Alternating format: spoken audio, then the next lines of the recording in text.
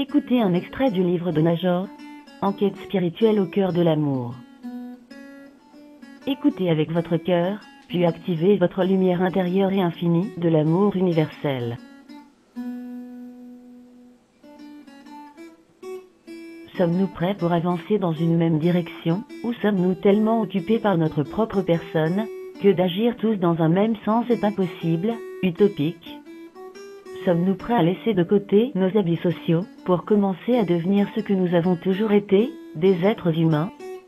Pouvons-nous tous ensemble, nous unir derrière notre humanité commune, pour enfin abolir toutes les souffrances, non seulement de la Terre, mais de tous les univers?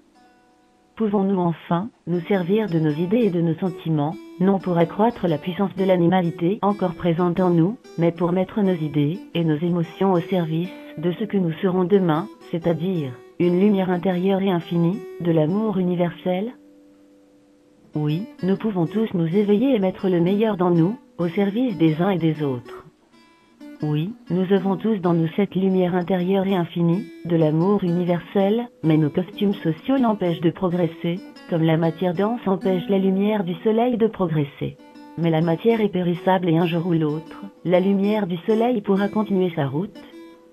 La matière dense qui la retient aujourd'hui, c'est notre faiblesse à vivre encore dans nos désirs, c'est-à-dire dans notre animalité, c'est-à-dire dans notre corps, c'est-à-dire dans le fini et non dans les infinies possibilités de création que nous avons, grâce à notre lumière intérieure et infinie, de l'amour universel. Ne pourrions-nous pas nous donner comme but de faire de notre planète bleue un centre de paix, et de porter cette paix dans tous les univers? Centre de paix, mais aussi centre de connaissance, centre de vérité, centre d'amour. La Terre ne peut-elle pas devenir, grâce à l'être humain, et en parfaite harmonie avec lui, un soleil de joie pour toutes les vies, tous les univers? Arrêtons de transformer la planète au point de la rendre hostile à notre présence, et arrêtons de laisser mourir nos frères humains de faim, arrêtons toutes les guerres peu importe les raisons de ces guerres, unissons-nous dans nos différences, et harmonisons nos possessions. Notre nature, mesquine, égoïste et animale, doit céder sa place à notre nature humaine pour aborder enfin les horizons de notre nature divine. Servons-nous de nos différences pour embellir chacun à notre manière, notre lumière intérieure et infinie, de l'amour universel. Maintenant, l'acte de celui qui donne, l'acte de celui qui reçoit, l'acte de celui qui interdit, l'acte de celui qui perd, l'acte de celui qui gagne, l'acte de tout un chacun doit être éclairé par la lumière intérieure et infinie, de l'amour universel.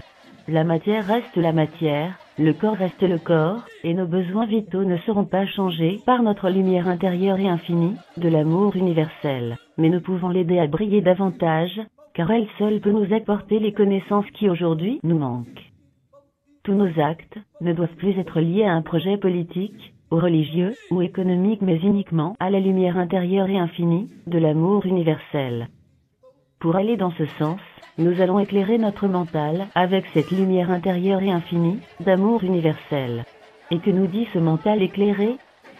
Ce mental éclairé nous dit que l'on peut abolir les souffrances, les peurs, les famines, les maladies.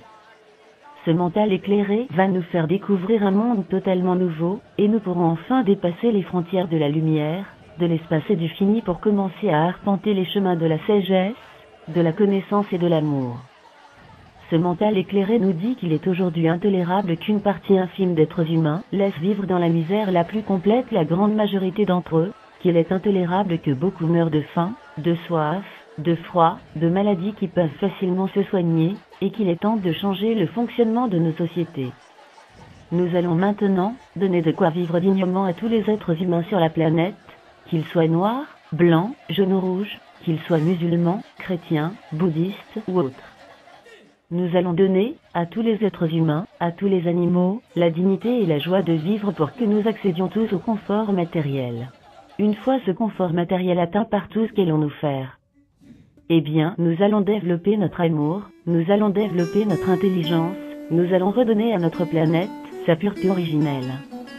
Une fois la planète sauvée, nous pourrons enfin nous pencher sur l'éradication des maladies, sur la longévité. Nous allons utiliser l'énergie qui nous servait à nous entre-dévorer pour développer notre force intérieure et découvrir une énergie non polluante et infinie pour nous permettre de voyager dans toutes les galaxies. nous allons nous donner les moyens de donner aux générations futures le bonheur d'être éternel dans un amour incommensurable. La conscience humaine est-elle prête à accepter une nouvelle façon de voir la vie? La conscience humaine est-elle prête à vivre plus par le cœur, et moins par le mental, c'est-à-dire plus par l'amour, et moins par son ego? Répondez oui, car il est encore temps.